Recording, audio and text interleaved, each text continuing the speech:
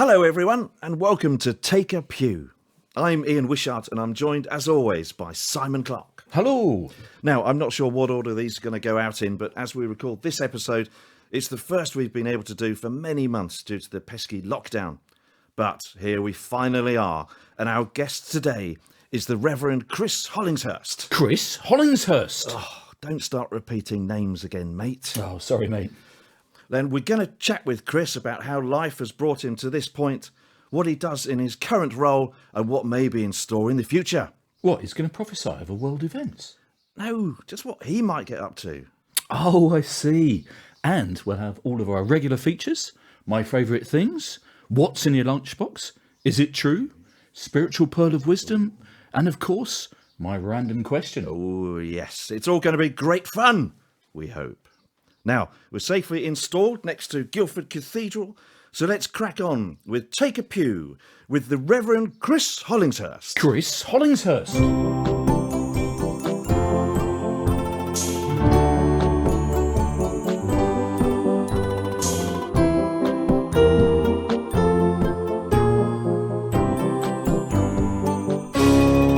Take a pew.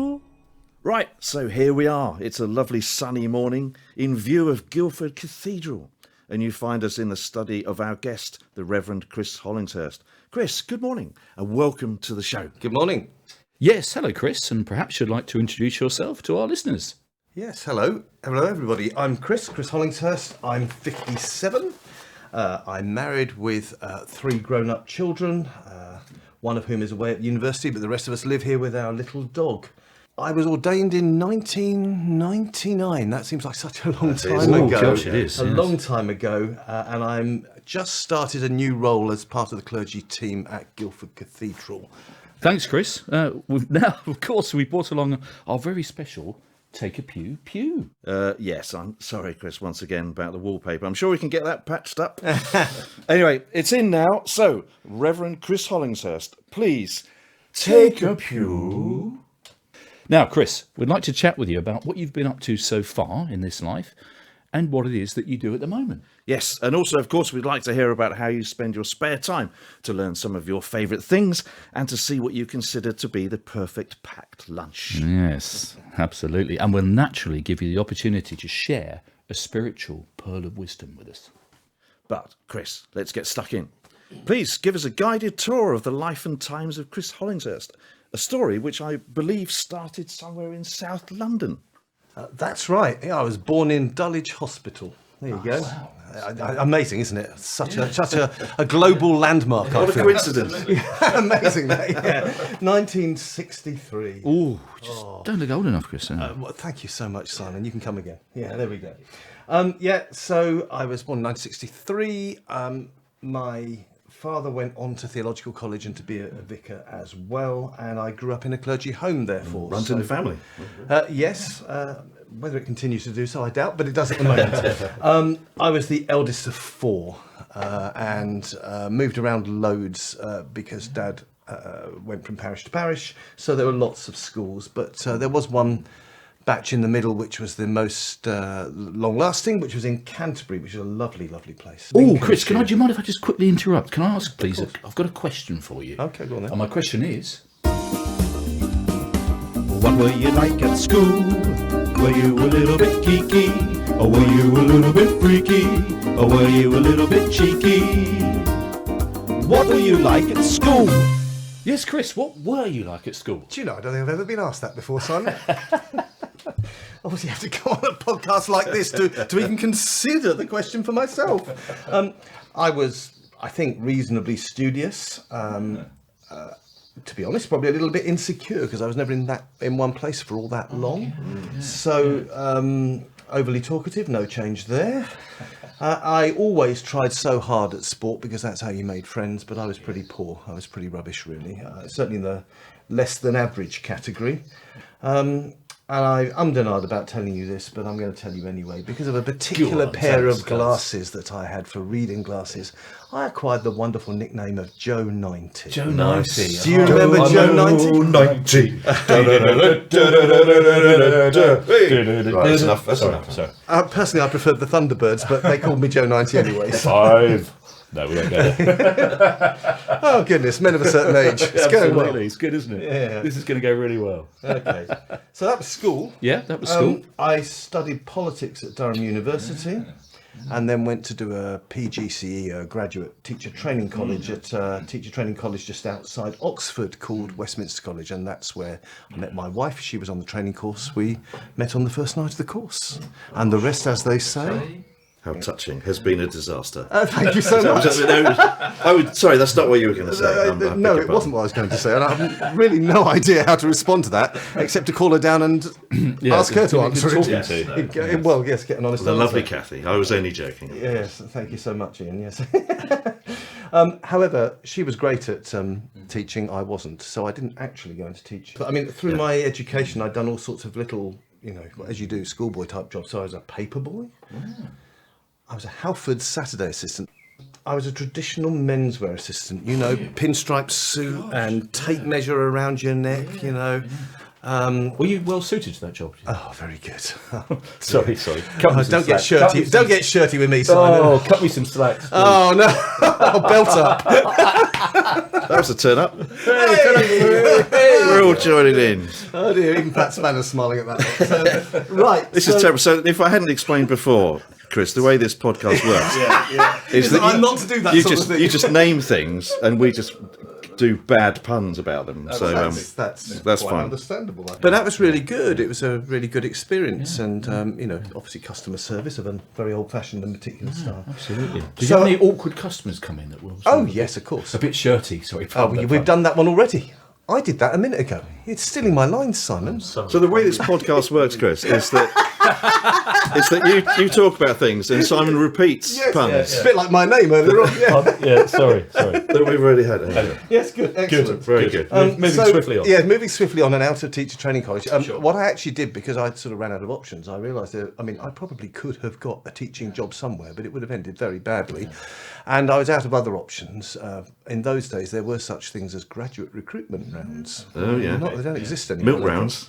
Yeah, they were. Milk milk rounds, rounds weren't well. they? I've never worked out why they were called milk rounds, but then I think it was probably because the employers went round all the university and collected up the bottles that were the students, I think. Oh, right. That was what was said to me once. And I ended up working for the post office, coming in on their graduate scheme with the bit that is now called Parcel Force. It was then just called Royal Mail Parcels, part of the post office, as an operations person. Now, I didn't even know what operations was when I was appointed. I put down on the form personnel because I think I knew what that meant. I thought I did, and I thought I quite liked people, so that would do. And they put us through all sorts of tests at the selection interview, and they said, no, the way your brain works, you should be in operations. And I had to ask what it was. So I found myself planning the movement of parcels around the country.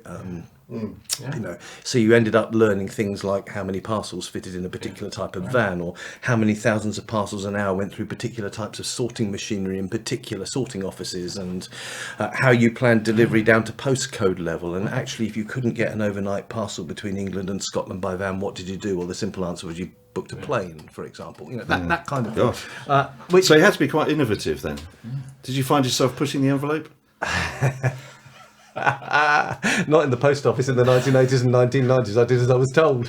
Yeah, so that was really fascinating. Everybody had a boss, everybody had a grade. It was a bit like, to start with, not by the time I left, it was a bit like working in the civil service, but it was fascinating. I dealt with customs and excise, I dealt with the Department of Transport, things like aviation screening were coming in at the time. I dealt with overseas post offices, sometimes directly with customers. And it was I felt really privileged, really, to be part of a headquarters environment. So how long did you spend doing that then? Very roughly, not to the nearest hour. 9 years, roughly. Okay, so a good old chunk of time. 87 to 96. Yeah, so that's So you what must I have did. felt that was kind of your thing. No, I knew it was. With apologies to anybody from Parcel Force of those days listening, which is an extremely unlikely thing, I think, but you never know. Hi, if you're out there, folks. No, I already knew by then that I really felt I was called to be ordained. Really? So I'd come to faith as a teenager at a service in a Baptist church in Canterbury in 1977, and then by the time I was at university in the mid-80s, I felt that I really perhaps was called to ordination. And I was recommended for training, indeed, even before I got to the teacher training course, but I procrastinated. And then you know what it is with procrastination, it never ends. Yeah. And over a decade later, I'd left it so long I had to reapply and was recommended for training again, which is very unusual and very, I think, a blessing, really. So I resigned from Parcel Force in 1996 and went to theological college. Right. Wow. As you do. I mean, it's a There are a few people in the office who were a bit surprised, but it's a fairly typical career path, I would say. But, well, the day the note went round the office, there were some people who said, "Oh, yeah, you can see that. That's really great." And you think, it's encouraging. very encouraging. And then I got to a lovely colleague who had been part of the office on the first day I met, who'd come up into headquarters through the ranks and had been a postman when he started. And he just said, "But you're a bloke like the rest of us. You drink beer, and I have heard you swear." And I said, "Yeah, mate, I'm just an ordinary individual." And he just couldn't quite get his head around it, that this person who got on so well with him and worked well with him was actually going to go off and do something that he really didn't understand and didn't, if he was honest, actually want to engage with very much. Because as we all know, clergy are weird, obviously. Yes. Well, I have found that, but so occasionally you come across a normal one. But Well, there you go. Well, there's always next time. And then, so where did you do your training then? I went to Cambridge. Right. To the same theological college that my dad went to, although that was more effect of the process rather than the cause or the motivation. I could have gone to 2 or 3 different places. It was part of the Cambridge Theological Federation, which meant that at least in some lectures you were there with Church of England of different traditions, and Catholic and United Reformed and Methodist, and later in the piece the students from the Jewish Christian Institute as well. So you met with people with all sorts of different faith traditions. So I just loved the study. So I stayed there for 3 years. Yes. Right. Okay. Well, a nice place to be, I'm sure. Isn't it? Yeah, so you're doing a tour of all the major cities so far. Well, all the ones that matter, Durham, Oxford and Cambridge. Tick, very, tick, tick. very good. Yeah. Impressive. Guildford now, except that's a town. Canterbury, yes, of course. Dulwich? Oh, no. Yeah, apart from Dulwich. Yeah, never mind. So then presumably you qualified, well, obviously you qualified, and then you did a little bit of remarkably stuff. And then I at some point qualified. actually had to bite the bullet and go into parish ministry, I guess. Yeah, and it was it's certainly quite a moment when you realise that all that studying has now got to you've got to produce something. Yeah, that's right. So it's a bit like blind date when you're looking for your first post. You're still in training. It's still part of your training formally, and you still have to qualify, as it were. And I'd been mismatched really with a couple of places beforehand, places that on paper look like they were right, but you go and meet the people and you just don't feel somehow intuitively that it's right, or you can, if you want to put it in spiritual language, you're not being called there. And eventually a vicar called Jeremy on the west of Cambridge phoned me up, and we ended up moving 20 minutes down the road. I had a good 4 years as Jeremy's curate. And it was very different. It was a real country curate, insofar as there were 13 villages eventually. I mean, it started smaller, but while I was there, the setup grew. 13 villages across 125 square miles.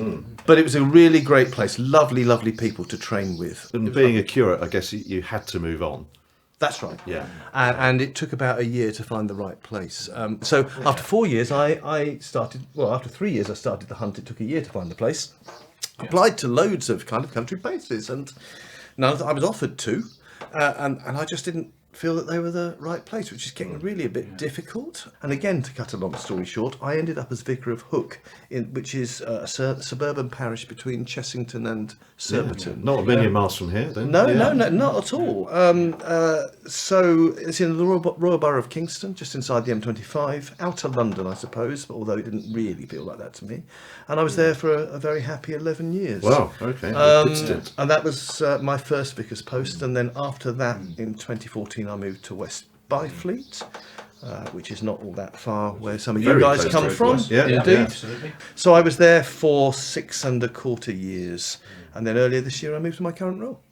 Great, which we'll come on to in a minute. So as you look back over your time in regular parish ministry, if you like, what did you most enjoy about it? What were the aspects of the job that you found most fulfilling? Well, that's not quite the same thing. And I was going to switch the emphasis of your question through my answers. You've done it for me. Thank you. The most fulfilling, where I felt this is why I'm here, it's either those special community occasions, Remembrance Sunday, Mothering Sunday, Harvest, Christmas services, in some locations Easter services, where you've got people coming together because they belong to a place, they want to be together.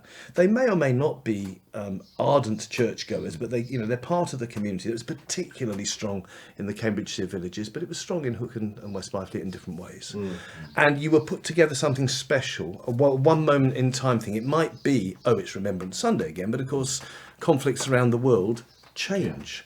And indeed at West Byfleet there is a housing development with some military staff in, and therefore Remembrance Sunday was hugely important to them, and I always felt it was important to engage with them as people. And I actually felt in awe of them, people serving our country, and I was there putting this service on for them. So that kind of thing was always very fulfilling. But actually when it really came to it, funerals, weddings. So when people are sad Real or life happy, events, people's life events, and indeed baptisms, which some people call christenings, just when people want or need to be there and are looking to the church for something of encouragement or comfort or hope or celebration and joy. The Liverpool fan getting married at West Byfleet, going out to You'll Never Walk. No, we didn't go out. We had to sing You'll Never Walk Alone in the service. Yeah, it was most bizarre. And as an Arsenal fan, I wasn't that happy with that. But it mattered to Pete. Pete, if you're listening, I was glad to do that for you, mate. But those things where you engage with people and where you're actually walking alongside people. Taking somebody communion at a hospital bedside, or the ultimate privilege, praying when somebody's about to die. Those things, they're painful things, and there'll be people listening to this who find it painful right now, but actually that's what I'm there for, that kind of thing. So lots of joy, and sometimes amidst more difficult times as well. Very much so. So that brings us on neatly to your current role, which is, I've written it down, and forgive me if this isn't right, but I think it's residentiary canon with responsibility for public engagement and pastoral care. Indeed, and it was so long that they had to shorten it to put it on the business card. And there it is. So here we are. I live in not a vicarage because I'm no longer a vicar, but it's a cathedral vicarage. It's a canonage. Well, I couldn't find a word. No. I'm not quite sure. I must ask, what is a canon? I'm finding out. What, I think historically a canon in most cathedrals, except in St Paul's Cathedral where it's a prebendary and one or two other places, but it means the same thing. It's basically a full-time housed priest working at a cathedral, but who is also, in most cases, not always, there are two types of canon, but a residentiary canon is a member of the cathedral chapter, which is the governing body of the cathedral, planning its day-to-day governance and long-term strategic decisions and so on. A canon is what they call what I do here, and it's a great privilege, and I'm very happy, but I was going to lead you to all sorts of corny jokes, I imagine. No, well, try. No, not really. I mean, I was going to ask whether, as a canon, if it's a job for life or if you can get fired.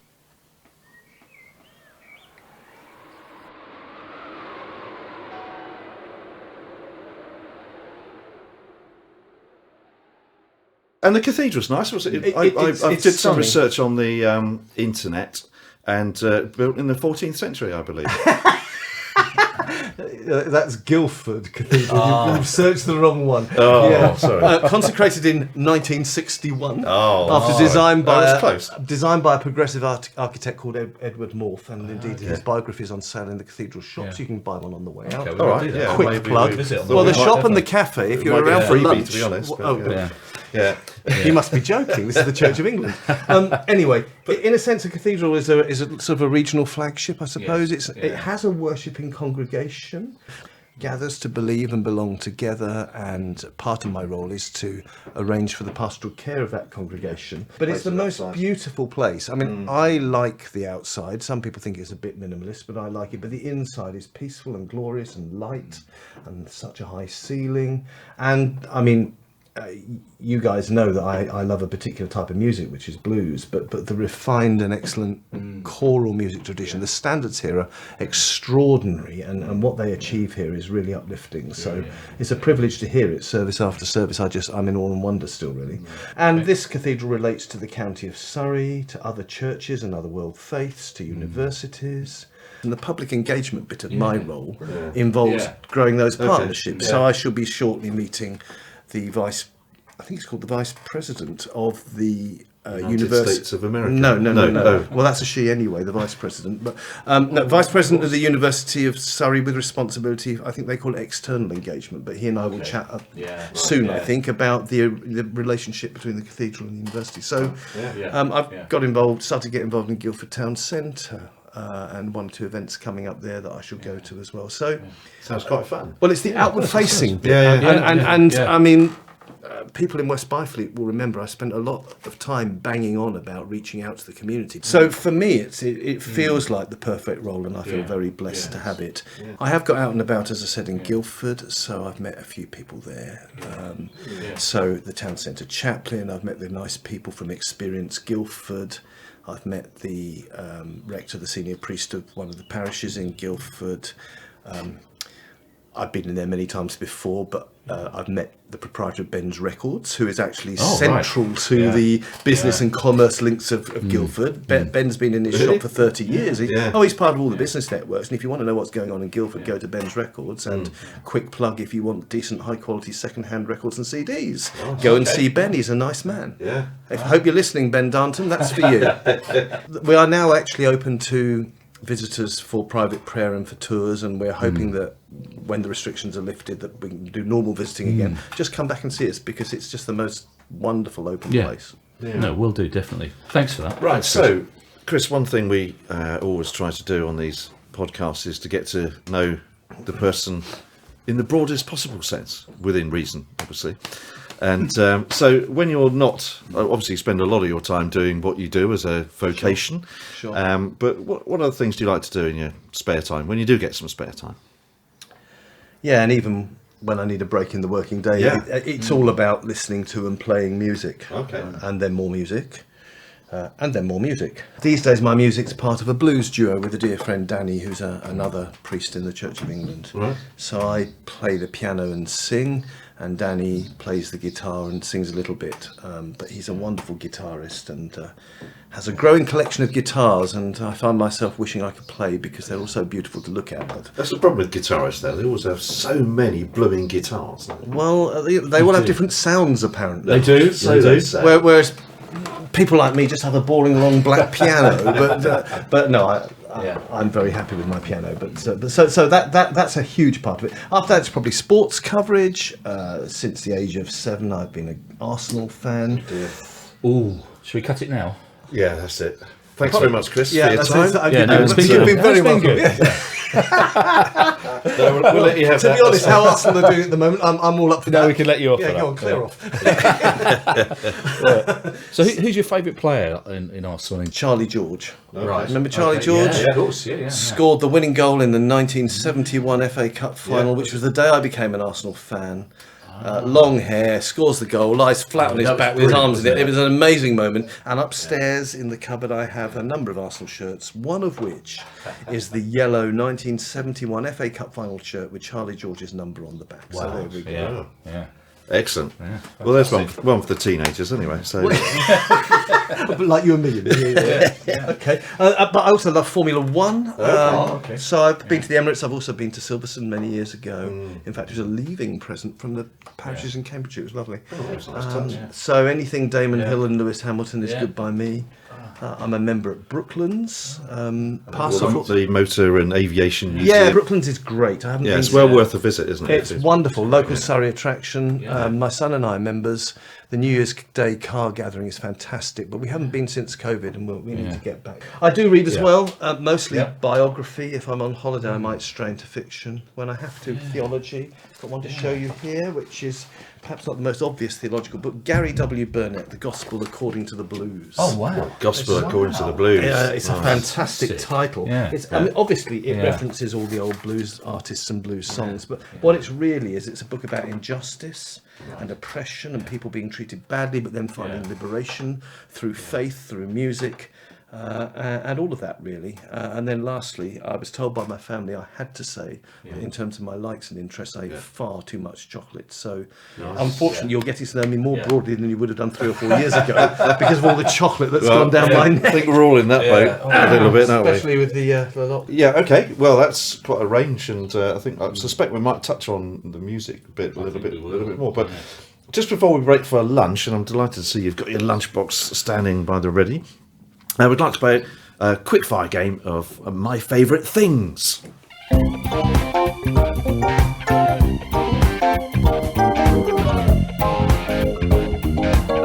My favourite things. Yes, my favourite things, Chris. It's a very simple game. All we do is give you a category, such as, I don't know, your favourite Take a Pew podcast host, and you tell us your favourite. Well, there's only one of those. Yeah. But so let's start with an easy one. Your favourite book of the Bible. Psalms. Oh, quick answer. Please expand, my lad. Well, I'd said that earlier about all the chocolate. It's the hymn book of the Jewish people. It covers all the different ranges of emotions in human life. So sometimes it's great praise to God. Sometimes it's, why on earth is my life so awful? God, if you're up there, why are you actually allowing this rubbish to happen to me? Sometimes it's other people are great. Sometimes, more usually, it's other people are horrible. Why are they treating me so badly? And there's really a psalm for every occasion, and I love it. Brilliant. The Psalms of Lament, so-called, are absolutely fabulous because they really just pour it out as it is. Now, of course, it's kind of Jewish churchy language, translated from the original into English in various translations, so it doesn't exactly zip off the tongue sometimes. But if you were to write a woe is me, Psalms would get there. And as somebody who's often been glass half empty rather than glass half full, it just speaks to me. And indeed, Bono, he of U2 fame, Yes. wrote an introduction to a commentary on the Psalms. Bono is a Roman Catholic, and he wrote an introduction to a scholar friend's book of the Psalms, in which he described King David, to whom most of the Psalms are rightly or wrongly attributed, as the first bluesman. Oh, really? Wow. Okay. Wow. So Psalms is the blues of the Bible, but I mean, it is also joyful and praiseworthy as well. So without a doubt, Psalms is, because I find myself in the Psalms. I see human life in the Psalms. Brilliant. Okay. Right. Moving on to something a bit sweeter. Fruit. What's your favourite fruit? Tomato and banana share the honours. I find it difficult to separate them. Yeah, they go so well together as well. Don't they? Yeah, it's a bit like sausage and marmalade sandwiches. Yes, I once tried. Separately, but I love bananas and I love tomatoes. Those would be my favourite fruits. Okay. Yes, I do like tomatoes. I like tomatoes because there's that thing about the definition of knowledge and wisdom, isn't there? Which I like about it. Remind me. So the knowledge is knowing that a tomato is a fruit, as you quite rightly point out. Wisdom is knowing not to put it in a fruit salad. Oh, fair enough. Oh, Yes, yeah, I have heard that, but years ago. Yeah. Right, so this is our third category, and we've decided for our third category we're going to take a leaf out of the book of our first podcast guest, Mark Potter. Mark Potter. Thanks, mate. And we're going to make the top, rather than just being one, it's going to be a top 5. Okay. So you're a top 5. And our category this time round is music albums. Your top 5 albums. You mentioned an interest in music, so we thought this might suit. So Thank you. So what have we got And obviously completely spontaneously and without any preparation or prior knowledge of this. Okay. I mean, that's good. I happen to have here. Oh, right, look at that. 5 albums. It's a miracle. But you should get a jingle that says that. That'd be really good. So, okay, my teenage years. Such a wonderful, wonderful album, Out of the Blue by the Electric Light Orchestra. Right, okay. Really, really good. Stuff. I remember it well. Yeah, Stuffed I full do. of decent singles. And What's your favourite on that one then? my favourite. In the end, I keep changing it. I still listen to this regularly, and from time to time I go away from it, but I always come back to Mr. Blue Sky. I can't get away from Mr. Blue Sky. I had the privilege of seeing it played live with Jeff Lindsay Lowe a few years ago, and it's one of those things where your whole childhood comes back and you fill up with tears. My mother-in-law had that at a funeral, actually, Mr. Blue Sky. Really, So I did have sun tears. is shining. It's in the sky. It's a beautiful absolutely. today. Fantastic. Wow. So that's the Very first good. one. ELO. That's good. Right, Yeah. Out of the Blue. Oh, Second one. Okay. Eric Clapton, Just One Night. Oh, right. 1980, recorded at the Budokan, Japan. I was a sixth former. It was the first mainstream blues album that I seriously connected with. I'd seen a blues band play. I'd gone to see Dave Edmunds in 1979 with Rockpile, and around the time that Girls Talk and Queen of Hearts were out. And the support band was a then little-known blues band called the Fabulous Thunderbirds. Okay. And they were amazing. So I thought I could like this blues stuff. So one of the first things I got into was listening to this. This album is a kind of... chronologically, it's after Out of the Blue. Right. But in terms of opening up where my music taste has since gone, this is an absolutely fundamental album. And what's interesting is you talk to other people who like blues and you find it's the same for them. So my friend and partner Danny loves this album too. I mean, it's almost like the door opening. English sixth formers of a certain generation through Eric Clapton then found their way into the rest of the blues. Yeah, very good. That's the second Right, album. okay, that's the second one. Now the third one may be less well known. Okay. The Gap by Brynn Howarth. Brynn Howarth, okay. Brynn Howarth is a multi-talented Christian singer-songwriter who lives in Surrey. I remember as 16, 17-year-old seeing him play at various Christian events, a thing called Fresh Ground in Lincolnshire when I was at school, and the famous Greenbelt Music Festival as well. And he was the first one to show me that God and the blues were actually not incompatible. I mean, with the benefit of a theological education, I've given you something fairly superficial about the Psalms, but as a 17 or 18-year-old, hearing, my woman left me and I want to beat up her lover type blues songs, and yet being told you had to be pure for Jesus didn't kind of really go down very well. And what Brynn showed me was that you could actually have fantastic blues-based music and a heart for God. And this album is wonderful. Brynn and Sally are lovely, lovely people, and Brynn's played at Hook twice and three times and West Byfleet once. He's still gigging now, and I don't know about bar mitzvahs, but gigs in local churches. I commend him to you. So, and the most interesting thing musically about this album is that the backing band includes on drums Henry Spinetti, on bass guitar Dave Marquis, on keyboards Chris Stainton. I.e. the band that played on Just One Night with Eric Clapton at the Budokan in 1980. Oh, there we go. Brynn Howarth. Wonderful back catalogue. If you like the blues, particularly slide guitar, listen, check out Brynn Howarth. It's not all songs about God, but a lot of it is because he's so full of faith. So that's the third one. Okay, I'll check him out. I'm not familiar with his Canon. But Right, so this album is the one that made it in this morning at the expense of something else. Right, okay. Tapestry by Carole King. Now, when it was released, I was 7, and I can't pretend to have heard it then. At least I have no recollection of it. But when I was dating my wife and shortly after we were first married, this album was just played into the ground on vinyl. And I think it's like the perfect singer-songwriter album. But it's the most... one woman and a piano. She can do them all on with just the piano. Without, obviously the band is on the CD, but it's just the most perfect example of vulnerable, real, emotional, beautifully crafted songs from that era. I think this is the most wonderful album, and I couldn't quite believe I'd left it out, and in the end I had to put it back in. Is there a spiritual feel to that, Chris? Well, not in the sense of turn to God, No, but in the sense of life and wanting to be who you want to be and trying to understand your purpose and trying to find meaning in relationships that sometimes go wrong, in the sense, the general sense that some people think of spiritual. Very much so. It certainly moves my spirituality in that sense. Like many people, my favourite song on here is You've Got a Friend, which is a song I've played at kind of they didn't call them open mic nights then, but in things going back in student times and so on. I think my favourite song on here ultimately is Will You Love Me Tomorrow, which is just beautiful. And in my previous duo, John and I, my partner John and I played that and sang that. I've never felt terribly happy singing You Make Me Feel Like a Natural Woman for various reasons. Very good. But that is the most beautiful album, and just about everybody listening to this must surely have heard of Carole King's Tapestry. anyway, no, go on. So last one. So my last one is a little bit more recent, not massively more recent. Imelda May's Mayhem album from 2010. Oh, that's recent enough. A fine modern rockabilly album, if that isn't a contradiction in terms. She has such a superb voice, amazing voice. She's diversified her style somewhat since, and I still listen to her. I've got her new album, which is anything but rockabilly. But this coincided with her first appearance on Jules Holland's Hootenanny. Right. She's one of the many artists that Jules has promoted. Caro Emerald was given a break on the same show and followed some of her music since. But Imelda is, I mean, she's just extraordinary.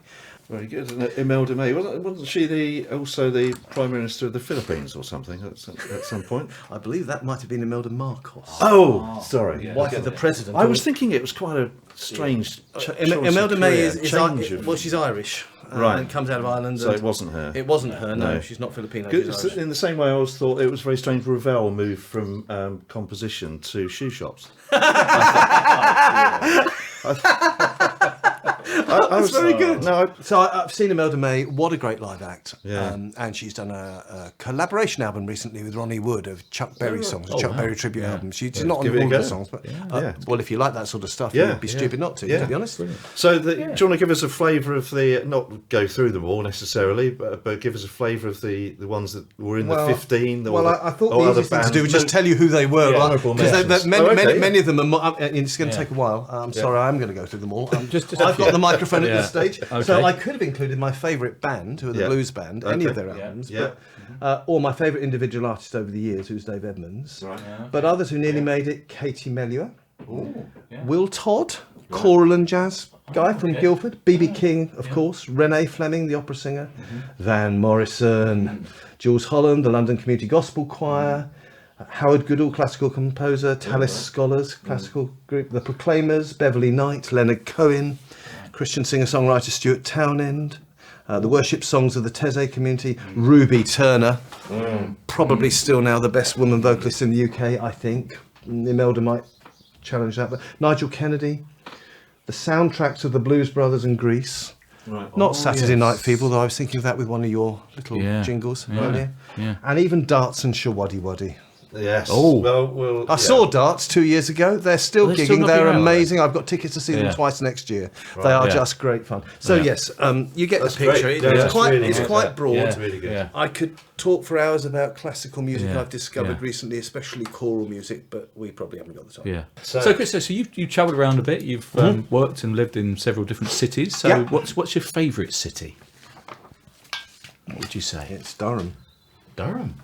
Yeah, I mean, it's really old Durham town. It's tiny, but the only reason I say that is because after 3 years there, it got into me, and it's never left me. We went on the family holiday to the northeast a few years ago, and we had a self-catering place booked out in the countryside near Alnwick and near the coast and Holy Island. But we spent just 3 days in Durham, and I'd apparently promised them that I wouldn't say to the family, "Oh, when I was a student, I stood here and I did this." Yeah. Apparently, I did. But you do.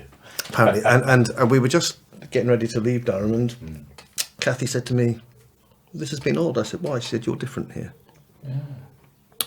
The air, the atmosphere, the memories, just the feel of the streets." I go back there whenever I can, which isn't more than every 3 or 5 years or so, but I love it. If you're saying, kind of world cities rather than somewhere just buried in your history, then Paris. Paris, right? Yeah, fantastic. In Fantastic. Texas. That's the one. Yeah. Yeah, no, there is one. Yeah. Yeah. No, yeah, Paris is wonderful too. But no, Durham is the heartfelt. Yeah, no, I understand. My daughter's at Durham, studying at the moment. So Which I've been college? up there for Gray's College. Okay, yeah. I was at St Chad's on the peninsula, St whereas Chad's, Gray's yeah. a little bit Oh. up the hill. Chad's is lovely, yeah. So there we are. So Good, Durham just pips Paris. No, Durham trounces everywhere else in the Oh, world. wow, okay. But if you're talking about city centre tourism, Paris is for me the clear winner. I liked Rome, I love London, but no, Paris is the one. And Never then been. finally, our fifth category, and it's a multiple choice one. So we've got 3 possible answers. Okay. And it's your favourite Paul. So, I'd forgotten this was going. I completely. so magic legend Paul Daniels, missionary legend Saint Paul of Tarsus, or music legend Paul Jones of the Blues Band. Now, I think you know the answer to this probably. I presume it's Saint Paul. No. And why not? Don't be silly. I mean, Paul Daniels, well, no, not a lot. Actually, Paul Daniels is my youngest brother's favourite Paul. My youngest brother dabbles in amateur magic. He's very good, and he met the late Paul Daniels on a number of occasions, and still has him as his kind of magic hero. I mean, I think Paul Daniels was a really, really good professional at what he did. St. Paul I could have a love-hate with, really, because I've had an awful lot of St. Paul over the years, as you might imagine. I think he gets a bad press in all sorts of ways, but sometimes he drops himself right in it. But if you've actually listened to Paul Jones playing a harmonica solo free-form live in a concert, as I have multiple times, the blues band being the band I've seen more than any other, and I've seen him in his blues duo with blues band fellow Dave Kelly, Paul Jones is extraordinary. With respect and apologies to the great apostle of Tarsus, and sorry, Bishop, if you're listening, I know that the right answer is probably St. Paul, but in fact it's Paul Jones. Paul Jones of the blues band. Wonderful. Well, as you said, I suspected that might be the case. But anyway, I think it's high time that we let you have some lunch, Chris. And as you said, you've got your lunchbox standing at the ready. So what we want to know is this. Tell us, Reverend, what's in your lunchbox? Yes, tell us, Reverend, what's in your lunchbox? So what's in my lunchbox? Well, Yeah, talk us through it. Talk us through it. What have you got? Russell. Jacob's mini cheddars. Jacob's mini cheddars. That's a sort of side dish. So these come in little packets of 6 of these. So they're obviously designed with lunchboxes in mind. And I used to eat too many crisps. But actually, this I think is healthier. Lower calories. But just not so much saturated probably. But I really like these. I can't literally have them every day, but I like them. So that's good. Very good. Right, Mini okay. cheddars. The aforementioned banana. Oh, of course. Is it a European one? Is it the right? Oh, it's slightly curved. Yeah. Yeah, actually. We've got some newer ones upstairs. This one's fine. Yeah, but, that's very good. High fibre. High fibre, very good. Very important. Which end do you peel your banana from, Chris? I do it the way that I understand is technically incorrect, which is to pull that back. I can't do it that way. No, it's the... So the bit with the stalk on, I break that back. That's what everybody does, surely. Now then. Oh, no, we can't say that. This is where we get controversial. So we have some tinfoil wrapping something we cannot see. Well, what tinfoil is inside. recyclable, of course. Yes. It's wholemeal bread. Don't give me white plastic bread, Simon, whatever you do. Wholemeal is what's open at the moment. I actually prefer granary. Stuff with seeds in, but this will do. And this is, they've suffered a bit since they were made, but I'm going to turn it sideways so you can see. It's gone soggy, and why has it gone soggy? Because it's Marmite and tomato, that's why! Wow. Marmite and tomato! Look at that! Yes. It really is shocking. That is an Well, object of beauty. clearly some people are going to love it and some people are going to hate it. Marmite. And our family is divided on Marmite, but my youngest son and I love Marmite. Yeah, I always love Marmite. So did I see a spot of some sort of spread on there as well? Because we need full very disclosure. observant. Well, okay. Oh. What sort of tomatoes were they? Were sort of cherry ones, or were they? No, they were supermarket so-called salad tomatoes. Salad tomatoes. Okay. Yes, there was a low-fat spread in there because that was what was open. Right. I didn't think I could justify starting a new pack of Président unsalted butter, which is my favourite and is a rare treat. But no, that's just a margarine of some sort. Yeah. Okay. So we've got cheese biscuits, banana, and Marmite and tomato on wholemeal bread. With March on wholemeal bread. Now, you are very privileged. You are sitting in the presence of the king of cakes. Oh, right. Okay. Sounds exciting. And here they I are. think we are. Look at those. Oh, they're Jaffa cakes. Oh, Jaffa cakes. I thought you were going to pull out a proper cake then, but all you're doing is referring to Jaffa cakes. Well, am I allowed to do a commercial plug for an actual business in this podcast? Sweet Passion Cakes in West Byfleet, the artisan patisserie in West Byfleet, where I've just moved from, is the best cake shop I've ever seen. Right, there we go. And although I'm not... Sponsorship coming in, I feel. It's not actually good form to go back to your parish, at least for a while after you leave. So I haven't been back to West Byfleet for a time, but their posts on Facebook and elsewhere are really amazing. And my daughter did go back and buy some cakes from them recently. So Joe, if you're listening, hello, lots of love from here. But that kind of patisserie cake obviously is a proper cake. But if you're talking about a lunchbox, you wouldn't have a kind of... artisan patisserie cake in your not. No, lunch. you box. I wouldn't. mean, that would be Squash, silly. no. That'd be That'd be ridiculous. horrible. Yeah. So if you're going go for for- what comes off the shelf, Yeah. there ain't nothing in this world, my friend, that is Right. better than a Jaffa Yeah, cake. Than a Jaffa biscuit. And ideally they need to be McVitie's. But, There are so- only 3 there. It would, I thought it it was would- only 3. Yeah, it would be quite difficult for me to stop at 3, Yeah, Yes. right, Yeah. okay. to be honest. Yeah. And of course, again, Yeah. Yeah, they're low fat. yeah. Yes.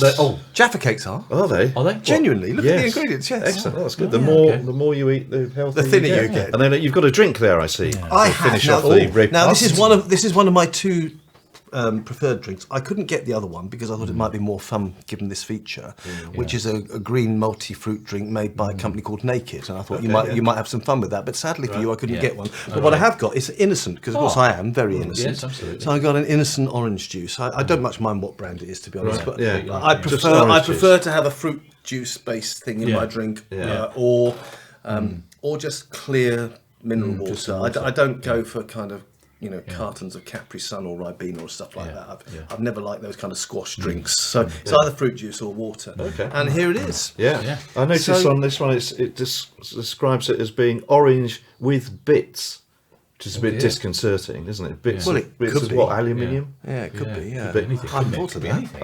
I hadn't thought of that. And I thought I was going for the uncontroversial one there. Just, but- yeah, just think it'd don't be shake it. Don't shake Yeah. it. Just drink it without. Yeah, Bits without of the bits. gold, bits of rabbit, perhaps.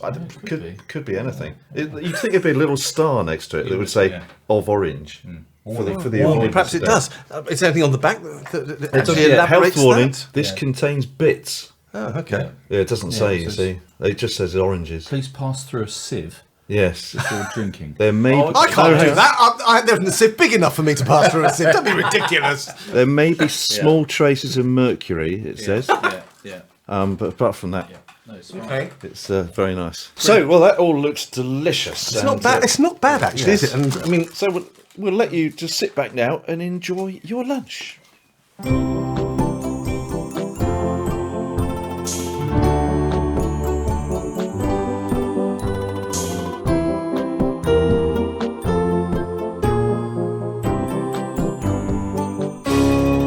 Take a pew.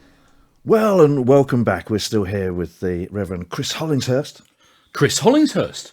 Yes, thank you, Simon. Sorry. And Chris, hope you enjoyed your lunch. Did you manage to scoff all of your Jaffa cakes? I did, and I went and got some more as well. Oh, that's shocking. But anyway, let's crack on. So we've talked about the past and the present. Let's just have a quick glimpse at the future. What does life hold in store for you, do you think, Chris? Such a difficult time to be able to reflect on that, actually, with the world as it is and our country as it is, and also I've just arrived here, so even without the pandemic, it would be an interesting question. But I get really, really increasingly angry when I see that the haves and the winners are getting more and more, and that the have-nots and the losers are sinking further and further into struggle. And I think that's because as I get older, I realise through the books of the Bible and through what I do and meeting people that life is unfair, and a lot of that, most of that, is due to how human beings treat one another. So I do find that quite difficult. So that will be part of your mission, if you like, in your role as at the cathedral. Well, it could well be. Talking with the Dean about planning the things we're going to be doing in the future. I think it's possible. Actually, things that get involved in the local community, cathedral people going out and getting involved in the local food banks and that kind of stuff. I think that could be an area to be worked on. Is it an indefinite role, your role here, as it is? Well, no, in the sense that everybody has a compulsory retirement age in the Church of England. So if I were to stay to the end of my ministry, it would not be by definition indefinite, but it's open-ended for me. I have no idea how long I'll be here, although my heart says I long to be here and to settle and to really get involved here. Lovely. It's a wonderful place. You see, the thing is, I think it's okay to talk about this. As I've got older, I've realised it's not only okay to operate and to run at less than 100 miles an hour, but it's actually advisable. And sometimes you have to have a change of role and a change of context to realise that and to put it into practice. And a couple of years ago, to be honest, I burned out and was off work for some months. So these days I'm rather less inclined to try to plan years ahead, actually. So in answer to your question, is it a long time? I don't know. I think there's something here about trying not to worry about tomorrow when today's got enough worries of its own, as Jesus said. Very wise. So indefinite, I don't know. We shall see. But I'm very happy here. I've got so much to learn in my role. And so much to do, and we'll see how. I've just got to get to know my colleagues properly yet. I don't really. Early days. Okay, well, whatever the future may hold for you, the best of luck with that. Very much. But and now we're running out of time, but we can't let you go without asking you to give us a spiritual pearl of wisdom. Yes, and Chris, while you just think about that, we'd like to ask you another question. And we call this part of the show... Is it true? Is it true? Is it true? Is it true? So we think it's important to be curious about everything, Chris, even when it comes to matters of faith and indeed the Bible. Because we hear lots of things held out to be true about the Bible story, which in fact don't stand up to scrutiny. For example, the Bible doesn't actually say anything about Mary and Joseph going to Bethlehem on a donkey. Really? Yes, really. For all we know, they may have travelled by scooter. But, Chris, we have recently come across a suggestion that I'd like to set straight. So... Is it true? Is it true? Is it true? Is it true? Yes, Reverend Chris Hollingshurst. Is it true that Jesus never went anywhere without his pet gerbil? Yes, is it true? It's important. Do you know, I've not heard that one before. No. I don't know. I mean, the pictures that you see in Renaissance art of a white Jesus with a long flowing white robe. Yes. I mean, if he has got a little kind of hamster or gerbil bag, it's probably inside the robe, so you probably can't see it. So I'm not sure, unless of course he got Simon Peter to carry it for him. But might have done. Yeah. But would he may have had a little pocket. They didn't have pockets on their robes, did they? Really? Or maybe just held it in his hands, but that would have been difficult if he was like trying to break bread with a gerbil in your hands. That'd be a bit messy. Maybe that's the bits that's in the orange juice. Yes. Could be. Did he have a sort of a hood thing that it could have been in the back of it? He had quite long hair. He might have hidden it in his hair. Maybe. I think it is. There were a lot of gerbils. I think I'm happy to say that that's one of these things that, and I do hope this isn't a rude response. I'm not clear that that's a first order matter of faith and theology. No. But it could be second order perhaps, but not first. No, I mean, it was held out to be true on the article I read on the internet. So. I put a lot of stock in that. Well, obviously, you believe everything you read. There's a lot of editorial control over the internet, so you can't just put anything on there. Well, no, clearly not. But, I was trying to test out the theory, and so I did some other research, and actually, gerbils don't even get a mention in the Bible. Doesn't mean that Jesus didn't have one, but there are over 90 types of animals that are mentioned in the Bible. Really? Yes. Yeah. That was the extent of it. Yeah. Well, there's some rats on there. There was a mole rat or something. Funny you should mention that. But anyway, I'm pleased we've aired the issue, and we'll look forward to following up later. But anyway, with that, Chris, we'd be delighted. Yes. If you could grace us with a spiritual pearl of wisdom. It's a spiritual pearl of wisdom.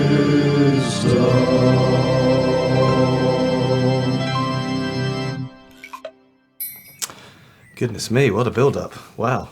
Okay. I suppose it has to come out of my life, because faith is about how we live our lives in God's presence, for those of us who believe. And a number of times in my life, I think I've realised that God is a God of a second chance, and I could probably just stop there. But I'll tell you what I mean by God is a God of the second chance. An obvious example for me is that I was recommended for ordination training in 1985. And it was 1996 before having gone through the process again. I went to theological college. Now, very often when you go to a selection conference twice, it's because they said no or not yet the first time. So it's quite unusual. And, life wasn't always straightforward in that decade and a bit. And I didn't always necessarily live the way that I should have lived. I still find it amazing that I'm doing what I'm doing, not because I have a particularly high and exalted view of vicars, but because actually I think that God is being interested enough to give me that chance. And then having burnt out a couple of years ago, to be refloated and to continue in ministry there were times when I was really exhausted, when I just thought I might never do that again. So God of the second chance, really. I think I spent a long time studying and working hard, and I think I've learned that it matters to do your best, but not at the expense of personal balance and risking exhaustion. So by all means, be real, be genuine, be professional, be appropriate, but the continued existence of the world doesn't rest on you. It's God's world, and I believe God is a God of love and a God of what we call grace. And I think God of the second chance ties up nicely with this, really, that putting it very, very simply, and loads of people say this isn't original, but there's nothing we can do or not do to make God love us more, and there's nothing we can do or not do to make God love us less. So let's be loving, be kind, and in God's strength, make a difference. It's a spiritual pearl of wisdom.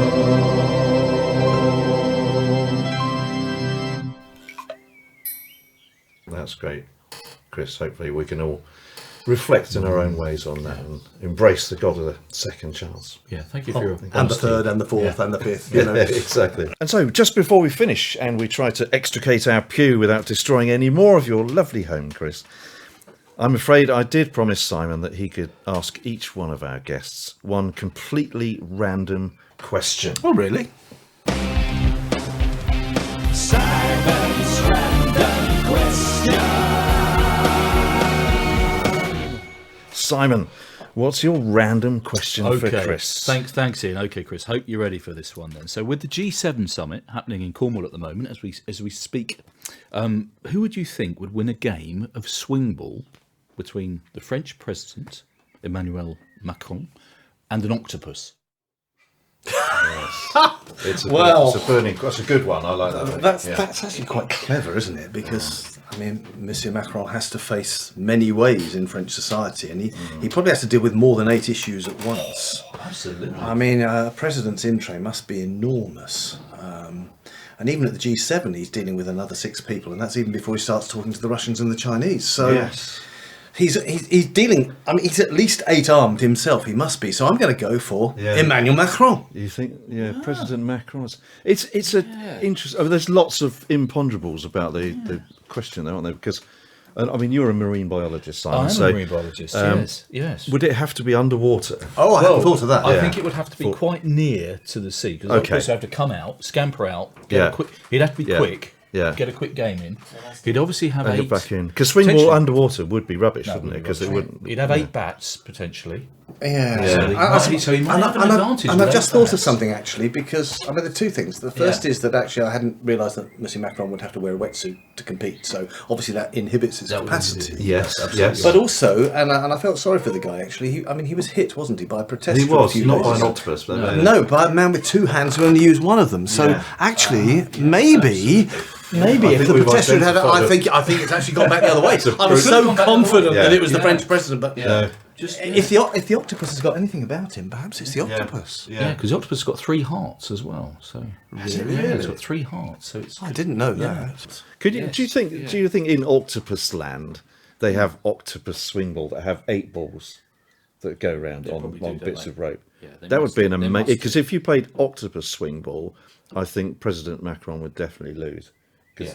But I think if you Now, play, to be fair, I thought there was just a peg in the ground. With, you know, because I mean, are you giving the octopus 8 bats, or is the octopus only going to have 1 bat? And Macron's only got 1 bat. You know, there are, as I said, there are so many imponderables. Frankly, I don't think we've got time to resolve this issue today. So, Chris, thank you so much for joining us. you're welcome. I'd love to say it's been a pleasure. Right. But I'm afraid we must be off, pew and all. And thank you, dear listener, for joining us. Simon and I will be with you again soon with another special guest for some more fun, another lunchbox and another random question. But for now, it's Toodle Pip from me. And tatty bye from me. Join us again next time as we take a pew.